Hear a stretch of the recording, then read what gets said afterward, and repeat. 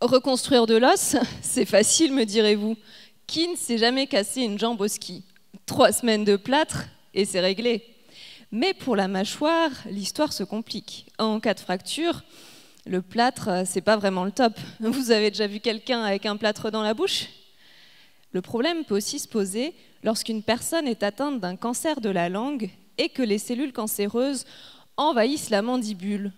Le chirurgien doit alors retirer une grande partie de l'os pour éviter que le cancer ne se propage. Sauf qu'avec un gros trou, l'os n'est plus capable de se réparer tout seul. Et puis, c'est tout de suite beaucoup plus compliqué d'arriver à parler ou à boire. Adieu le bavardage et l'apéro. Et c'est là que j'interviens. Je suis le maçon de l'os. Je mets au point des briques, des parpaings, du béton. Bref, de quoi constituer un biomatériau qui va nous permettre de combler le trou laissé par le cancer. La brique que j'aurai sélectionnée à la fin de ma thèse doit faire en sorte de colmater correctement le trou tout en stimulant la reconstruction de l'os. Qu'est-ce qui constitue ma brique alors? De l'hydroxyapatite. Ce nom barbare désigne l'un des minéraux qui est le plus présent dans l'os. Du coup, logique de l'utiliser pour aider notre os à se reformer, non? Alors hop, on prend notre hydroxyapatite et hop, ça fait de l'os.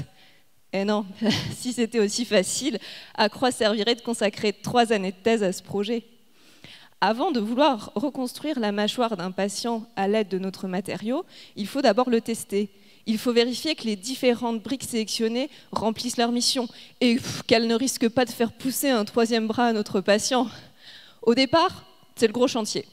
Lorsque le maçon commence sa construction, il commence par s'entraîner à faire son mélange de ciment. Un peu d'eau, un peu de mortier et encore un peu d'eau.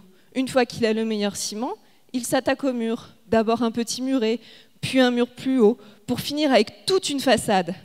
Pour moi, c'est un peu pareil. Pour tester les différentes matrices que j'ai mises au point, je commence par les tester sur la souris, puis sur un animal un peu plus gros, puis sur un autre, encore plus gros, avant d'atteindre un jour le but ultime, le Graal du chercheur, l'utilisation de mes briques chez l'homme. Et depuis que j'ai commencé mes études, j'ai été habituée aux questions de « alors, tu travailles sur quoi? Alors, ta thèse, ça te sert à quoi? Tu as trouvé un médicament contre le sida ?»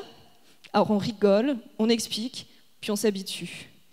Mais le jour où je me suis rendu compte qu'en soirée, je croisais les doigts pour qu'on ne me demande pas ce que je faisais, car je savais déjà que la réponse allait plomber l'ambiance, je me suis dit qu'il était temps d'arriver à parler de mon travail sans que les gens ne regrettent d'avoir posé la question.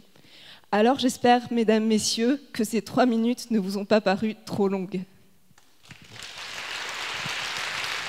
Bravo Camille.